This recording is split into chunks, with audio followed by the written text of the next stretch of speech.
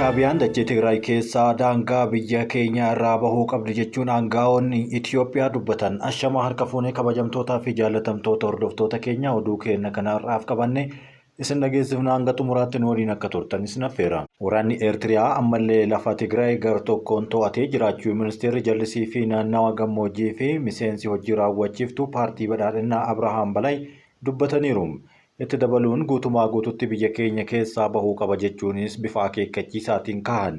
Ministeerichi gaafiif deebii televezyiinii Itoophiyaa sagantaa Tigriffaa waliin taasisaniin naannolee Tigraay Eertiriyaa waliin waldaangessan irratti waraanni Eertiriyaa Shaabiyaa jedhanii waaman ta'uun isaa sababa humnoonni Tigraay bakka hin eegneef jechuun qeeqaniiru. Shaabiyaan dachee Tigraay keessa jira dhugumaan jira garuu dachee kana keessa biyya keenya keessaa guutumaa guututti bahuu qaba jechuun dubbateera. Abrahaam Balaay haasawa isaaniitiin dhimmichi waliigaltee Piriitooriyaa irratti kan mari'atamee fi qaamotni raayyaa ittisa biyyaatiin ala hundi Tigraay keessa gadhiisanii akka bahan kan himamee fi Shaabiyaanis lafa bal'aa Tigraay qabattee ture keessaa akka bahu taasifame. Garuu amma deemee naannoo Tigraay kana keessatti daangaa irratti socho'uu eegaleera. Qaamni Tigraay keessaa Shaabiyaan kunis lafa keenya dhuunfataa jira kan jedhan lafa qabate keessaa baasuudhaaf akkasumas naannoo daangaa irratti iddoowwan duwwaa jiran humnoonni nageenya to'anim akka eeganiif tarkaanfii tokkollee hin fudhatamne jechuun naannoo Tigraay warra bulchaa jiru qeeqaniiru. Kana jechuun walitti bu'iinsi haa ta'u yookaan haa ka'u jechuu osoo hin taane walitti bu'iinsa wanti wal qabatu hin jiru. Kana yoo jedhan ministeerichi kun itti dabaluudhaan hanga humnoonni federaalaa akkaataa waliigaltee keenyaatiin gara naannoo daangaatti deebi'anitti caasaan teenyam kan naannoo Tigraay gara naannoowwan sanaatti deemuun naannolee kana bulchuu qaba jechuun cimsanii dubbataniiru. Ministeerri kun yeroo nuti galuuf jennu hin seeninaa nuun jedhu ofii keessaan eegaa yoo jedhaman ammoo kan hin eegne ta'uu himaniiru. Itti dabaluudhaan nuti kan barbaannu hojii hidhannoo hiikkachiisuu fi deebisanii ijaaruu akka nuuf saffisiisuudha. Rakkoon eegumsa daangaa gama federaalaatiin jirra jedhamee eeggamuu fi kan hin yaadamne ta'uu kaasee jira.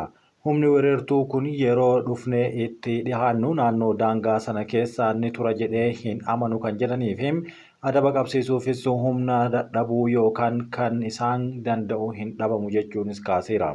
Yeroo asitti ibsi gama lamaan irraa bahaa jiru hariiroo Itoophiyaa fi Eertiriyaa gidduu ture haala walxaxaa fi sadarkaa yaaddessaa irra gahuu ifatti mul'isaa kan jiruu fi isaan keessaa barreeffamoonni pirezidaantii Itoophiyaa duraanii Dr. Mulaatuu Tashoomaa gurraandhala 17 Aljaziiraa irratti bahe kan jalqabatti eeramudha.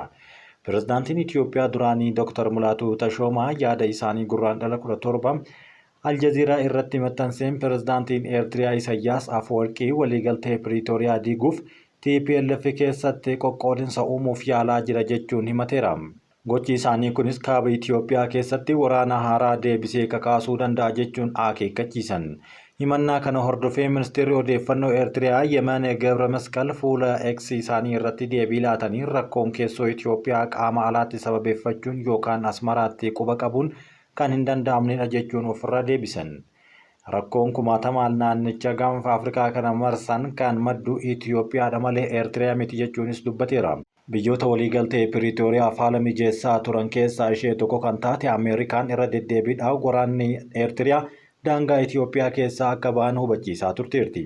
Sadaasa bara 2023 keessa bara bulchiinsa Joo Baayidanitti ministeerri dhimma alaa Ameerikaa kan turan Antooniyoo Bilinkan humnoonni Eertiriyaa kaabaa fi kaaba baha Tigraay keessatti gandoota 52 dhuunfachuu itti fufanii akka hammeenya raawwachaa jiran eeruun guutumaa guututti Itoophiyaa keessaa akka bahan garuu hubachiisaniiru.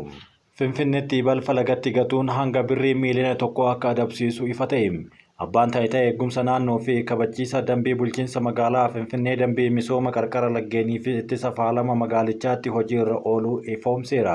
Haaluma kanaan qaamni qajeelfamoota dambii kanaa keessatti eerame cabsee dhaabbataadhaan hanga birrii miiliyoona 1 nama dhuunfaa amma birrii 500,000 akka adabsiisu eereera. Abbaan taayitaa eegumsa naannoo fi kabachiisa dambii magaalaa Finfinnee fi biiroon bareedinaa fi misooma magaalaa kanaa raawwii dambii 180 muraa 2017 irratti hooggantootaa fi ogeessotaaf leenjii hubannoo uumuu laataniiru. Haaluma kanaan dhaabbanni balfa gogaa fi dhangala'aa qarqara lagaatti gate birrii miiliyoona 1 namni dhuunfaa balfa gogaa fi dhangala'aa lagatti gate ammoo qarshii Itoophiyaa 500,000 akka adabamu ifa godhan.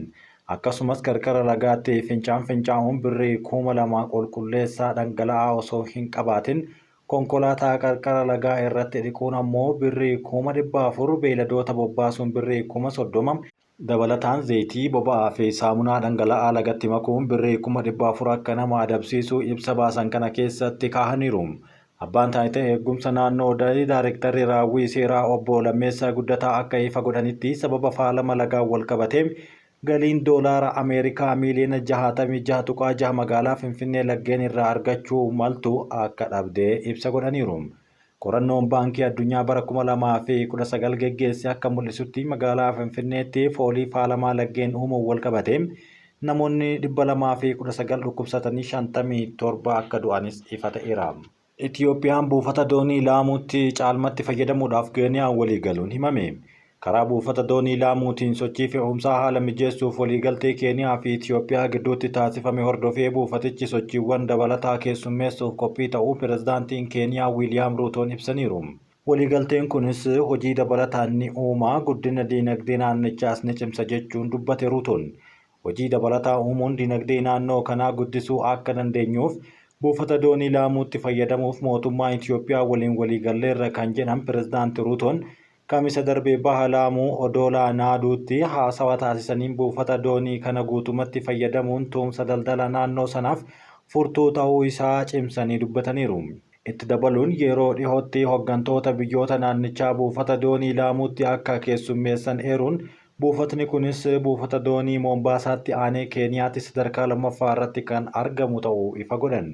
Buufatni doonii kun qaama ijoo koriidarii geejjibaa buufata doonii Laamuu Suudaan kibba Itiyoophiyaatti bara 2012 irraa eegalee misoomaa irra jiru ta'uu miidiyaan Keeniyaa KBC Digital gabaaseera. Abbaan taayitaa koriidarii Jibuutii Itiyoophiyaa Suudaan kibbaa Yuugaandaa hundeessuuf waliigaltee mallatteesse.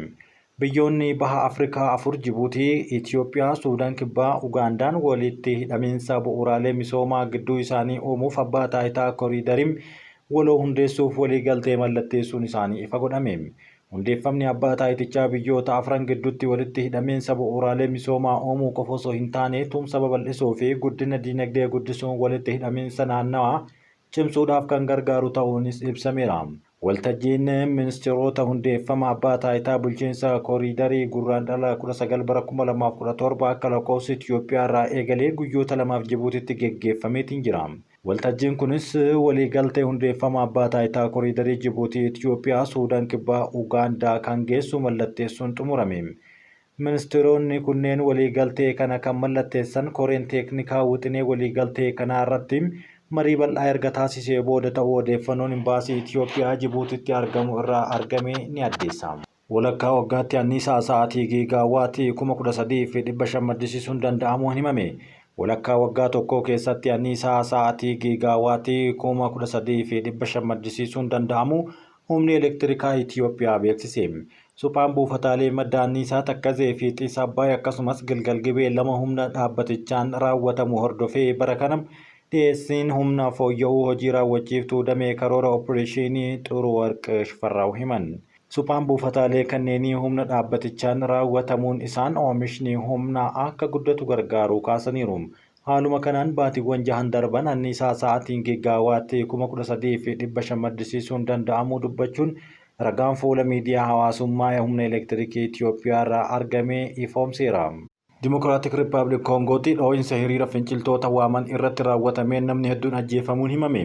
Magaalaa baha Koongootti argamtu dhiheenya harka finciltootaa jala galteetti hiriira deeggarsaa waamame irratti dhukaasa walitti fufaa fi dhoo'insa cimaan kan qaqqabe yommuu ta'u namoonni hedduun lubbuu irratti dhabaniiru.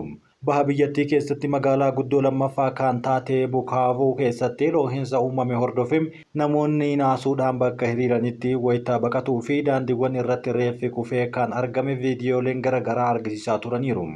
Lakkoofsi baay'ina namoota ajjeefamanii ifa ta'uu baatullee Associated Pressiin maddeen eeruudhaan akka gabaasetti yoo ta'e yoo xiqqaate namoonni 11 ajjeefamanii 60 kan ta'an ammoo madaa'aniiru jechuun kaasaniiru. Hidhattoonni Ruwaandaan deeggaraman sochii cimaa taasisaniin magaalattii humnoota mootummaa harkaa erga fudhatanii booda hiriira jalqabaa magaalaa Bukaavaa keessatti taasifame. Mootummaan pirezidaantii Filiks akka himanitti haleellaa qindeessaa irraa kan jedhan finciltoonni himataniiru. Fiiliks ammoo waraana alaa baha keessatti socho'aa jiru kana irratti quba qabanii jiru. Ruwaandaan kan deeggaramu M23 dabalatee dursaa gamtaa gareewwan finciltoota biroo kan ta'an Koorneeyil Daangaan hiriiricha irratti argamanii turan. Finciltoonni nageenyaa fi tasgabbii magaalattii akka kabachiisan uummataaf waadaa galaniiru. Eegumsi naannoo hundatti taasifamuu addaan ni jiraata jechuun ibsuu isaanii oduun Rooyiters gabaaseera. Yeroo haleellaan kun addabaabaayii irratti Bukaavuu keessatti raawwatame Naangaa fi Bertrand Bisimwaa M23 duraan achi bu'anii kan turan amanama jedhameera. Ibsa Naangaan kenneen ammoo haleellaan kanaan dura walqabatee namoonni 2 to'annoo jala kan oolanii fi shakkamtoonni biroos sakatta'amaa jiraachuu ibse. Gochi hammeenyummaa fi gara jabinnaa kun adabbii malee kan hafuu miti jechuun dhaadatanii finciltoonni kunneen baatii gurraandhalaa irraa eegalee karaa baha Dimokiraatik Rippaabilik Koongoo gara fuula duraatti cimaa kan jiran yommuu ta'u magaalaa guddittii naannichaa Bukaavuu fi Goomaa dhuunfatanii jiran. Lolli kun namoota gara 500,000 ta'an qe'ee isaanii irraa kan buqqise yommuu ta'u kunis rakkoo namoomaa duraanuu hamaa ta'e hammeessee jira jechuun dhaabbanni biyyoota gamtoomanii dubbate. Gamtaa Afrikaa fi dhaabbanni biyyoota gamtoomanii dhukaasa dhaabuu fi finciltoota naannoo amma keessa to'atan akka ba'aniif gaafataniiru. Ruwaandaan M23 deeggaruu haaltee kan turte dhiheenya kana garuu naannoo daangaa Dimokiraatik Rippaabilik Koongoo fi Ruwaandaa gidduutti lola uumamu nageenya isheef balaadha jechuudhaan sarara ittisaa caalaa fudhattee jirti. Ogeeyyiin dhaabbata biyyoota gamtoomanii kanaan dura loltoonni Ruwaandaa 3,000 hanga 4,000 ta'an baha Dimokiraatik Rippaabilik Koongoo keessa akka jiran tilmaamanii turan. Ijji Kirimliinii hundii walgahii Tiraampii fi Zeelenskii irra jira jechuun Putiin dubbate. Akkuma nama kamiiyyuu warri Kirimliinii bu'aa walgahii haaraa Tiraampii fi Zeelenskii hawwii guddaadhaan eeggachaa jira jechuun dubbatan. Dubbi himaan Kirimliinii Dimitree Peeskoof ganama har'aa ibsa gaazexeessitootaaf yeroo kennanitti waa'ee dubbii pirezidaantii Ameerikaa gita isaanii Yukureen irratti dubbatan ilaalchisuun gaafatamanii walgahii har'aa bu'aa isaanii fi ibsa booda kennamuu haa eegnu jechuun dubbateera. Gaazexeessaan Raashaa tokko ammoo sana booda Tiraamp Putiin malee nama hunda waliin ejjennoo humnaatiin haasa'uu jechuudhaan kan himatame jechuun Peeskoof akkamitti Raashaan US waliin marii geggeessuu akka qabdu gaafatee ture. Peeskoof deebii kennaniin Raashaan US qofa osoo hin taane biyyoota hunda waliin ejjennoo kabajuu fi faayidaa waloo irratti marii geggeessuu barbaadde jechuun deebisan. Sana booda gabaasni kun miiltoon isaa tokko ejjennoo dhugaa irraa akka geggeeffamuu qabu akka itti hime kaasuudhaan mammaaksa Raashaa namni hundi dhugaa mataa isaa qaba jedhu eeruudhaan kaaseefii jira. Peeskoof immoo waahila kee walii galuu hin danda'u jechuun deebii kanatti dubbataniiru. Waraanni Israa'el namoota nagahaaf eegumsa gochuu dadhabuu gabaasni jalqabaa haleellaa onkololeessa 7 bahe mul'ise. Waraanni Israa'el namoota nagahaaf eegumsa gochuu dadhabuu isaa gabaasni jalqabaa haleellaa onkololeessa 7 bara 2023 Hamaas raawwate ilaalchisuudhaan bahuu mul'iseera. Gabaasichi waraanni Israa'el ergama nagahaa lammiilee siivilii Israa'el eeguu dadhabe jechuun kan ibsee fi gabaasni kun fuula 19 kan qabu dhimmoota balaa kana hordofsiisuudhaan lubbuu namoota 1,200 darban kanneen duraanuu beekaman fa'aa jechuun eereera. Haleellaa hidhattoonni Hamaasii fi hidhattoonni Filisxeen biroo 5,000tti dhihaatan raawwatan hordofee namoonni 251 butamuun ni yaadatama. Gabaasni kun waan addaa qabaachuu baatus fedhiin Hamaas maal akka ture sirnaan hubachuu dhabuu fi dandeettii hidhattoota kanaa xiqqeessanii ilaaluun akka ta'e kan ibsuudha jedhan. Gabaasichi akka jedhutti waraanni Israa'el Gaazaa akka yaaddoo nageenyaatti kan ijoo ta'etti ilaala jechuunis kaasaniiru. Gabaasichi akka jedhutti waraanni Israa'el yaaddoo nageenyaa ijoodha jedhee kana waamaa ture Iraanii fi Hezbollaadha jedhan. Imaammanni waraana Israa'el Hamaasii fi beekamtii hin kennuuf filannoo biraa barbaadutti hin jiru jechuun kan dubbatee fi waraanni Israa'el dhimma Gaazaatti tooftaa walitti bu'iinsa xiqqeessuu hordofaa ture jechuun qeeqeera. Waraanni Israa'el Hamaas waraana guddaadhaaf hin qophoofne fedha waraanaa banuu hin qabu jedhee amanaa ture kan jedhuu fi ragaan bara 2018 irraa kaasee jiru akka akeekutti Hamaas karoorri baasaa ture qabatamaa kan hin taane yookaan hojiitti hiikama jedhamee kan yaadamu hin turre jechuunis sodaa qabaniin dubbii kana osoo hin xiinxallin hafaniiru jechuunis dubbatan. Sun fuudha kan qabuu fi fedha Hamaas irraan kan ka'e qabatamaan hojiitti hiikama jedhamee hin yaadamne jechuun kan kaasanii fi haa ta'u malee qorannoon jalqabaa qalbii qondaaltota basaasa waraana Israa'el hin hawwanne kan turedha. Gabaasichi fedhiin Hamaas maal akka ta'ee fi akkamitti ofirraa qolachuun akka danda'amu irratti waraana Israa'el keessatti of dagatutu dhaabame jedhan. Gaafiin ka'aa ture tokko tarii yoo dogoggore akkamiin ta'a dhimma jedhu irratti hin mari'anne jechuunis Gabaasni bahe kun hidhattoota warra Israa'el qeeqeera. Adeemsa keessa qaawwi hordoffii qorannoo basaasaa fi taateewwan qabatamaan jiru guddachaa tureera jechuunis kaasaniiru. Gabaasichi aadaa, amantaa, afaanii fi seenaa dabalatee ilaalcha diinni addatti qabu hubannoon qabnu gadi bu'eera jechuun kan kaafee fi gabaasichi addaan daayirektaroota basaasaa geeddaramuu qaba jechuunis eeraniiru. Humni qilleensaa biyyattii wayita Hamaas haleellaa banu saffisaan deebii kenne garuu loltoota Israa'elii fi namoota nagahaaf shororkeessitoota garuu adda baasuun rakkisaa ture jechuunis dubbateera. Gabaasichi akka jedhutti iddoowwan kanatti namoota siivilii hedduun kan madaa'anii fi loltoota bakka itti madaa'anii kaafameera jechuun kaase. Ajajaan waraanaa Israa'el aangoo gadhiisan Leetinaal Jeneraal Haartiz Heeleviim kufaatii mudatee itti gaafatamummaa guutumaan guututti nan fudhadha jechuun amanee jira. Gabaasichi bahe kun guutumaa guututti hidhattoota warra Israa'el kan qeequdha. Kabajamtootaa fi jaallatamtoota hordoftoota keenyaa oduu nammaaqsaniif qopheessine kan hanga ammaatti dhaggeeffattanidha. Waliin turtii waan taasiftaniif galatoomaa.